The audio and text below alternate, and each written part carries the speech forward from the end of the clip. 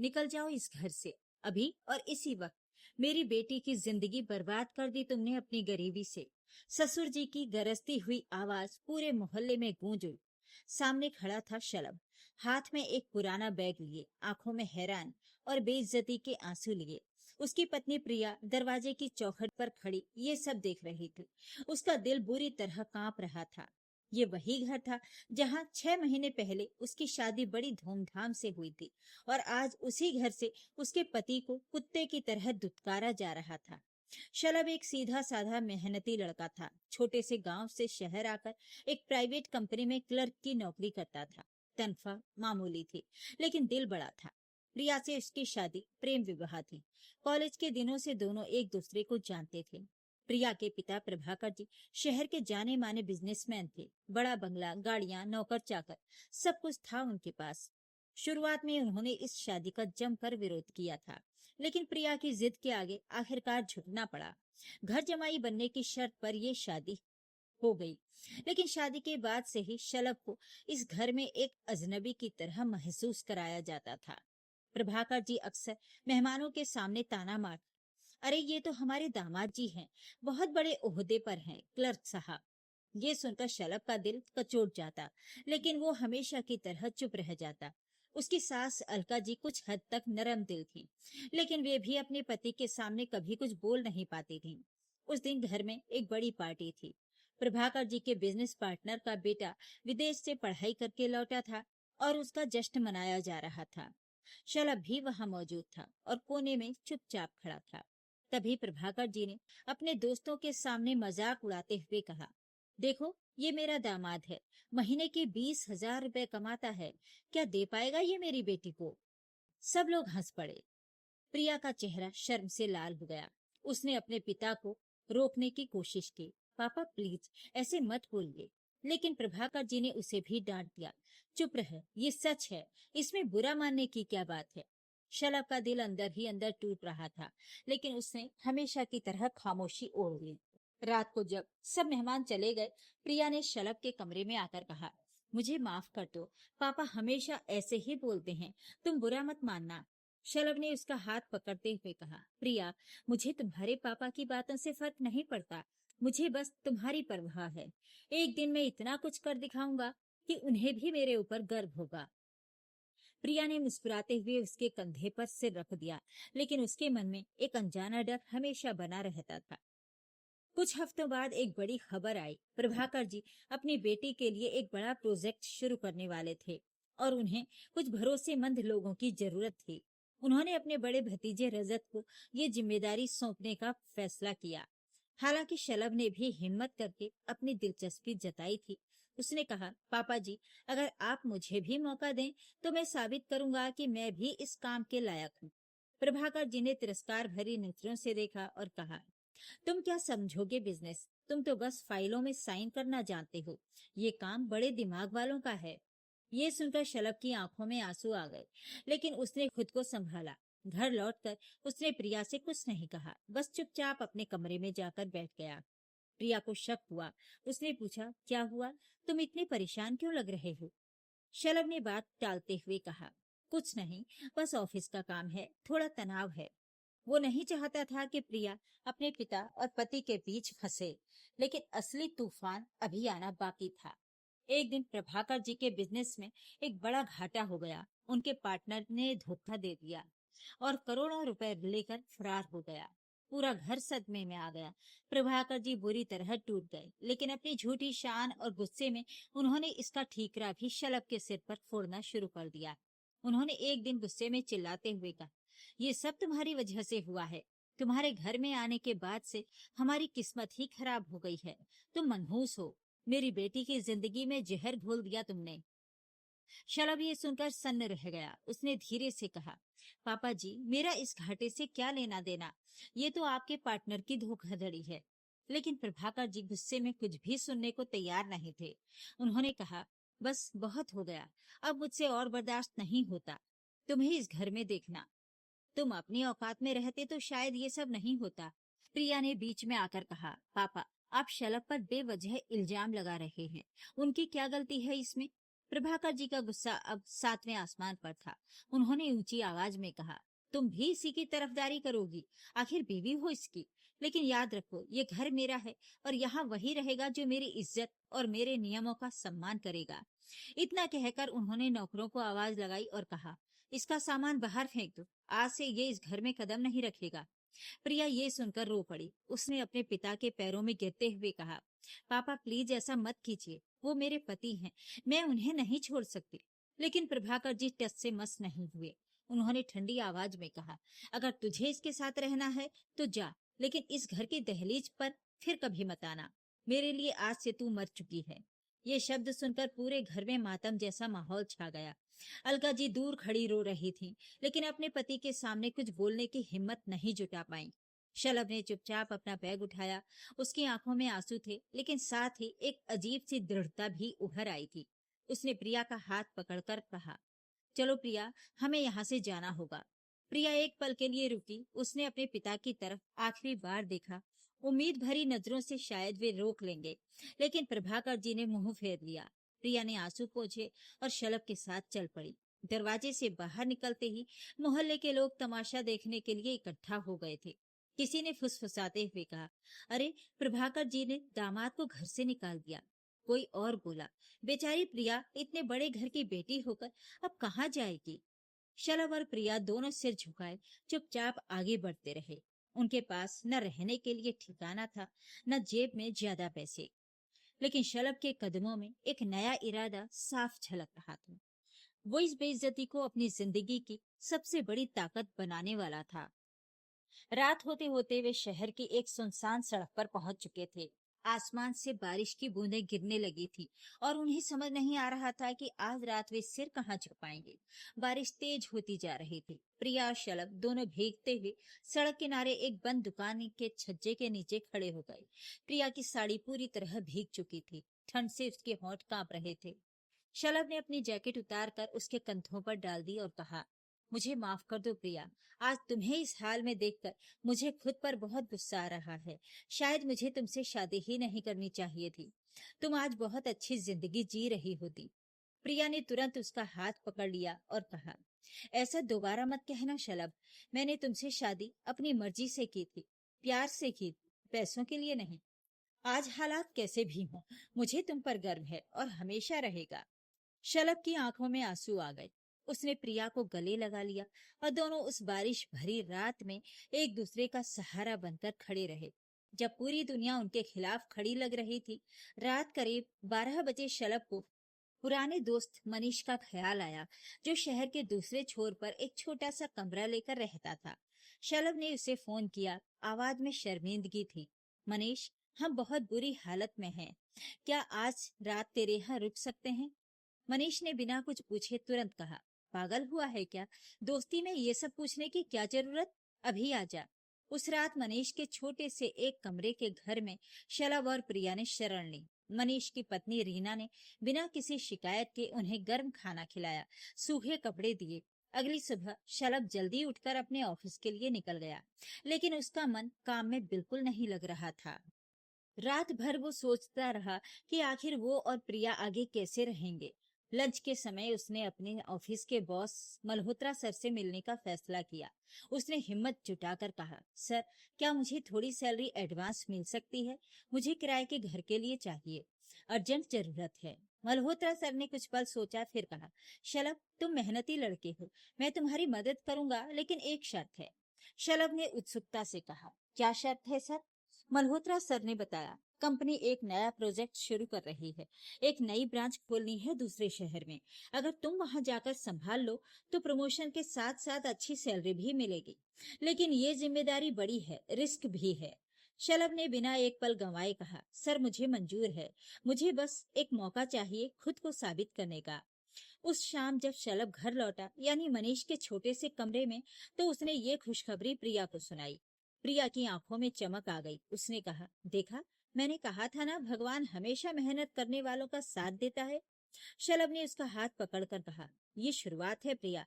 मैं तुम्हें वादा करता हूँ, एक दिन ऐसा आएगा जब तुम्हारे पापा को भी अपनी गलती का एहसास होगा, और वो दिन दूर नहीं। दूसरी तरफ प्रभाकर जी के घर में हालात दिन ब दिन बिगड़ते जा रहे थे। बिजनेस पार्टनर के धोखे से हुए घाटे ने उनकी कमर तोड़ दी थी। बैंक के लोन की किस्तें जमा नहीं हो पा रही थी। कई प्रॉपर्टी बेचनी पड़ रही थी। अलका जी अक्सर रात को अकेले बैठकर रोती, अपनी बेटी को याद करके।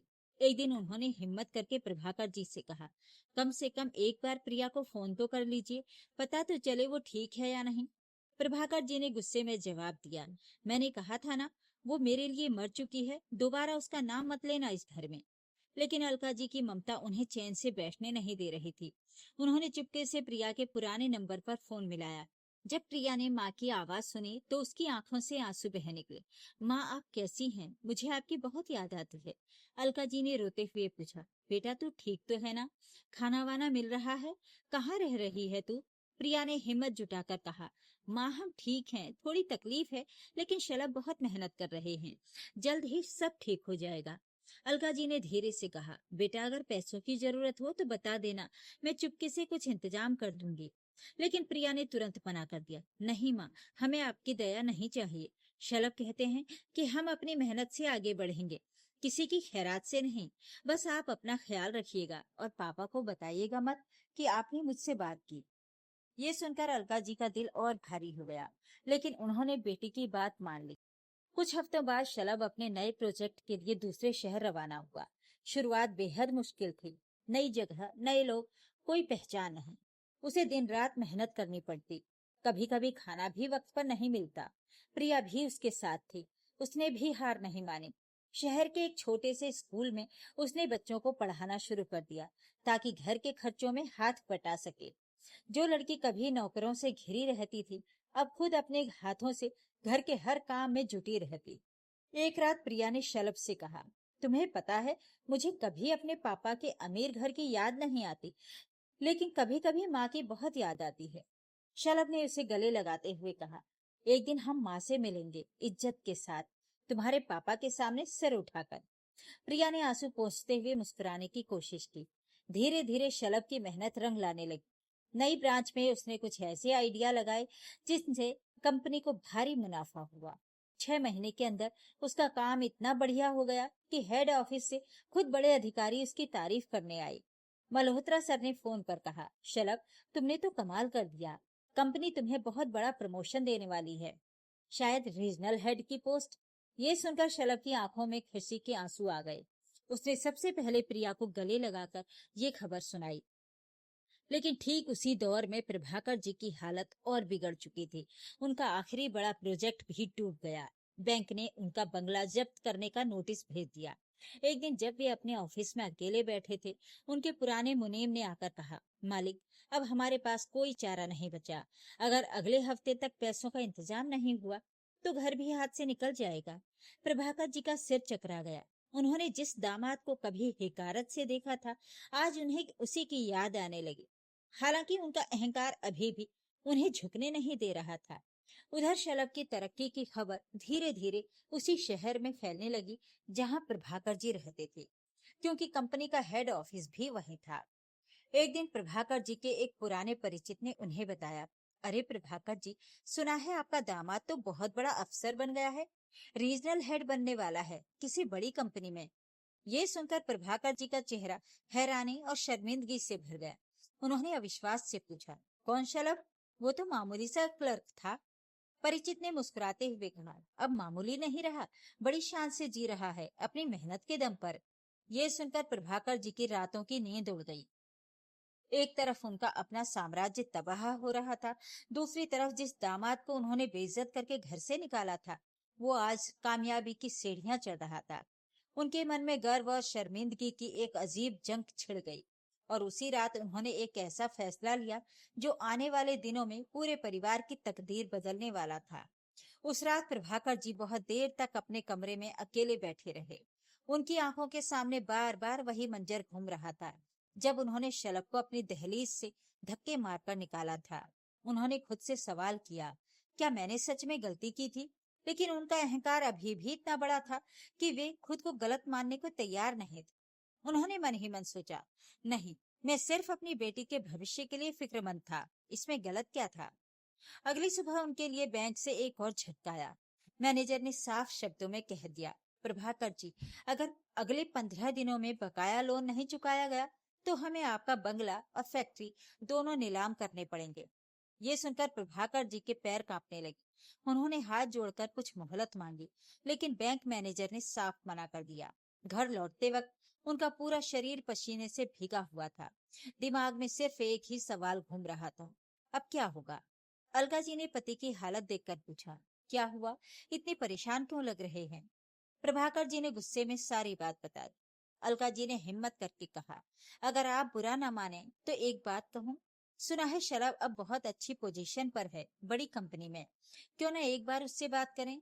ये सुनते ही प्रभाकर जी आग बबूला हो गए।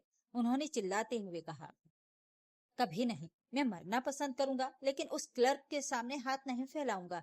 तुम भूल गई हो कि उसकी वजह से ही ये सब हुआ है। अलका जी चुप हो गई, लेकिन उनके मन में एक बात हमेशा कचोटती रहती। क्या सच में शलभ की वजह से ये सब हुआ था, या ये सिर्फ उनके पति का बहाना था अपनी गलतियों को छुपाने के लिए? उन्होंने चुपके से एक बार फिर प्रिया को फोन मिलाया। प्रिया ने बताया कि शलभ को जल्द ही रीजनल हेड की पोस्ट मिलने वाली है और वे दोनों जल्द ही वापस इसी शहर में शिफ्ट होने वाले हैं। ये सुनकर अलका जी की आंखों में हल्की सी उम्मीद जागी। दूसरी तरफ शलभ का नया दफ्तर अब इसी शहर में स्थापित हो चुका था, जहां प्रभाकर जी रह रहे थे। उनकी मेहनत और ईमानदारी की चर्चा पूरे बिजनेस सर्कल में होने लगी थी। एक दिन कंपनी के मालिक खुद शलभ के दफ्तर आए और बोले, शलभ, तुमने जिस तरह इस ब्रांच को संभाला है, मैं बहुत प्रभावित हूँ। मैं चाहता हूँ तुम अब पूरे रीजन की जिम्मेदारी संभालो और साथ ही कंपनी के बोर्ड में भी शामिल हो। शलभ की आंखों में आंसू आ गए। उसने कहा, सर, ये सब आपके भरोसे की वजह से मुमकिन हुआ। मैं आपका एहसानमंद रहूंगा।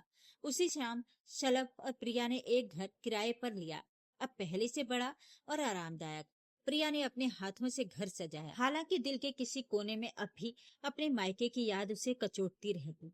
एक दिन उसने शलभ से कहा, क्या तुम्हें कभी पापा से मिलने का मन नहीं करता? इतना कुछ हो गया, फिर भी वे मेरे पापा हैं। शलभ ने उसका हाथ पकड़ते हुए कहा, प्रिया, मुझे उनसे कोई नफरत नहीं है। जब सही वक्त आएगा हम जरूर मिलेंगे, लेकिन इज्जत के साथ, किसी की दया मांगकर नहीं। कुछ दिनों बाद शहर में एक बड़ा बिजनेस समिट आयोजित हुआ, जहां शहर के सारे बड़े उद्योगपति और कंपनियां शामिल होने थी। शलभ को भी अपनी कंपनी की तरफ से एक अहम भाषण देने के लिए बुलाया गया, क्योंकि उसने अपनी ब्रांच को शहर की सबसे मुनाफे वाली ब्रांच बना दिया था। ये खबर अखबारों में भी छपी। युवा अधिकारी शलभ शर्मा की अगुवाई में कंपनी ने रचा नया कीर्तिमान। ये खबर पढ़कर प्रभाकर जी के हाथ कांपने लगे। उन्हें यकीन नहीं हो रहा था कि ये वही शलभ है जिसे उन्होंने कभी हिकारत की नजर से देखा था। संयोग से उसी समिट में प्रभाकर जी को भी आमंत्रित किया गया था, क्योंकि वे अभी भी शहर के जाने माने बिजनेसमैन की सूची में गिने जाते थे। भले ही उनकी हालत अंदर से खोखली हो चुकी थी, वे बड़ी हिम्मत जुटाकर समिट में पहुंचे। कर्ज में डूबे होने के बावजूद ऊपर से शान शौकत का दिखावा किए हुए। जैसे ही उन्होंने हॉल के अंदर कदम रखा, उनकी नजर मंच पर पड़ी, जहां शलभ अपने भाषण की तैयारी कर रहा था, सूट बूट में आत्मविश्वास से भरा हुआ। प्रभाकर जी को अपनी आंखों पर यकीन नहीं हो रहा था। उन्होंने पास खड़े एक परिचित से पूछा, ये वही शलभ है ना जो मेरा दामाद था? परिचित ने हैरानी से जवाब दिया, हाँ जी, यही तो है। आजकल शहर का सबसे उभरता हुआ बिजनेस लीडर माना जा रहा है। वैसे आपको पता नहीं क्या? प्रभाकर जी का सर शर्म से झुक गया। उन्होंने जल्दी से पीछे की सीट पर जाकर बैठने की कोशिश की, ताकि शलभ की नजर उन पर ना पड़े। लेकिन मंच से बोलते हुए शलभ की नजर अनायास ही हॉल में घूमी और उसकी नजर पीछे बैठे प्रभाकर जी की पर जाकर टिक गई। एक पल के लिए उसका दिल तेजी से धड़कने लगा। पुरानी यादें, पुराना दर्द, सब कुछ एक साथ उसकी आंखों के सामने घूम गया। लेकिन उसने खुद को संभाला और अपना भाषण जारी रखा। उसने कहा, आज मैं जहाँ खड़ा हूँ वहां तक पहुँचने में मुझे बहुत सारी ठोकरें खानी पड़ी, बहुत बेइज्जती सहनी पड़ी, लेकिन मैंने कभी हार नहीं मानी।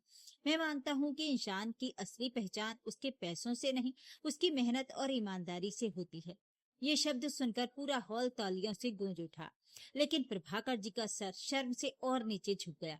भाषण खत्म होने के बाद जब सब लोग शलभ को बधाई देने के लिए उमड़ पड़े, प्रभाकर जी चुपचाप उठकर हॉल से बाहर निकलने की कोशिश करने लगे। लेकिन तभी पीछे से एक आवाज आई, पापा जी रुकिए। ये शलभ की आवाज थी जो भीड़ को चीरते हुए उनकी तरफ बढ़ रहा था। प्रभाकर जी के पैर वहीं जम गए। उन्होंने पलटकर देखा, शलभ बिल्कुल उनके सामने खड़ा था। वही चेहरा, लेकिन अब आंखों में पहली जैसी लाचारी नहीं, बल्कि आत्मविश्वास और शालीनता थी। प्रभाकर जी को समझ नहीं आ रहा था कि वे क्या कहें। शर्म से उनकी जुबान लड़खड़ा रही थी। शलभ ने धीरे से कहा, पापा जी आप यहाँ? अच्छा लगा आपको देखकर। प्रिया भी यहीं शहर में है, आपको देखकर बहुत खुश होगी।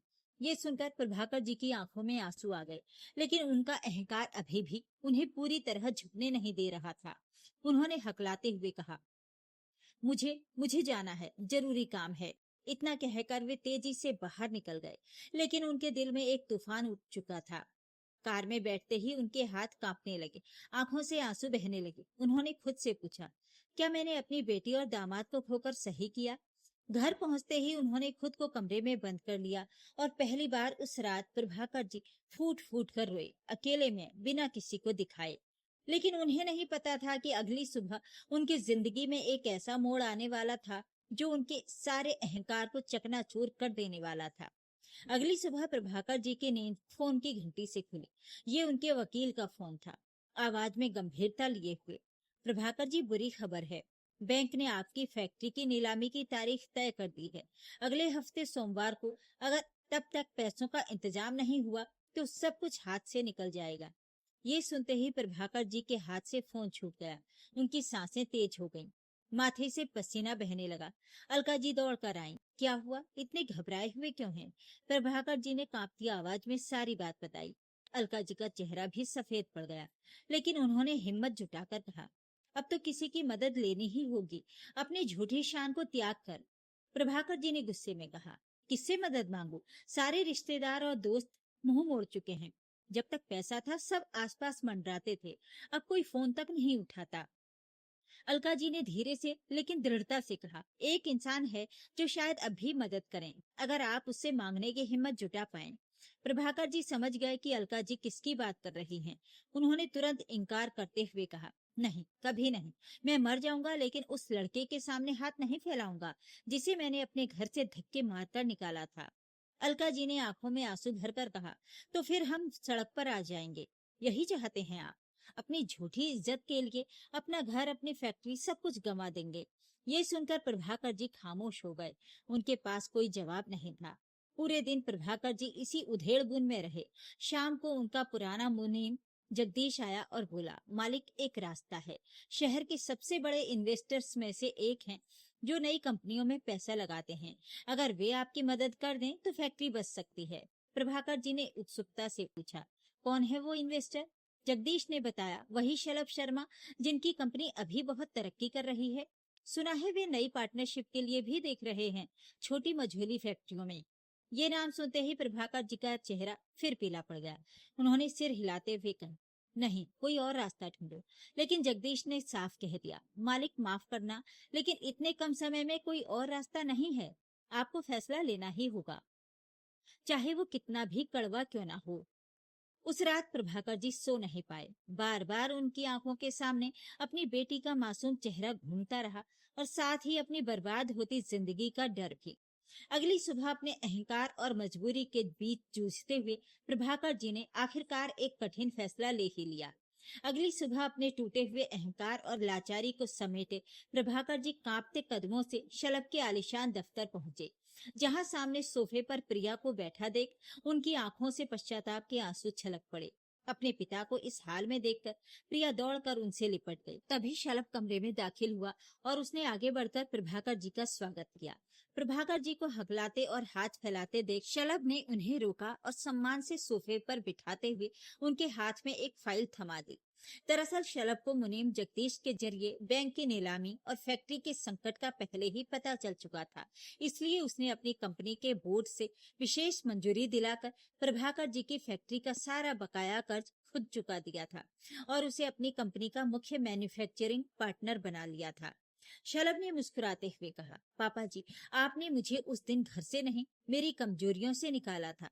आज मैं जो कुछ भी हूँ आपकी उसी चुनौती की वजह से हूँ। दामाद के इस बड़प्पन, सूझबूझ और निश्चल प्रेम ने प्रभाकर जी के अहंकार को हमेशा के लिए चकनाचूर कर दिया। और उन्होंने रोते हुए शलभ को गले लगाकर कहा, मुझे माफ कर दो बेटा।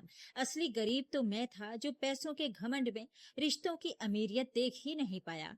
उस दिन एक पिता की झूठी शान की हार हुई थी और एक मेहनती दामाद के अटूट स्वाभिमान और संस्कार की जीत के साथ ये बिखरा हुआ परिवार हमेशा के लिए एक हो गया। ये कहानी दिल को छू लेने वाली और आज के समाज का एक कड़वा सच बयां करती है। पैसों की चमक में इंसान अक्सर रिश्तों की गर्माहट और इंसानियत की कीमत भूल जाता है। शलभ के स्वाभिमान और प्रभाकर जी के अहंकार के इस सफर से हमें कई गहरे जीवन पाठ सीखने को मिलते हैं। समय का चक्र हमेशा घूमता रहता है। आज जो अर्श पर है वो कल फर्श पर आ सकता है। इसलिए कभी भी अपनी सफलता या पैसों का घमंड नहीं करना चाहिए और किसी को छोटा नहीं समझना चाहिए। आज के दौर में जब लोग रिश्तों से ज्यादा तवज्जो पैसों और स्टेटस को देते हैं, आपको क्या लगता है कि प्रभाकर जी जैसे किरदारों को सुधारने के लिए क्या जीवन में ऐसे बड़े झटके जरूरी होते हैं? अपने विचार जरूर साझा करें। वीडियो को लाइक करें, शेयर करें और मेरे चैनल को सब्सक्राइब भी जरूर कर लीजिएगा। धन्यवाद।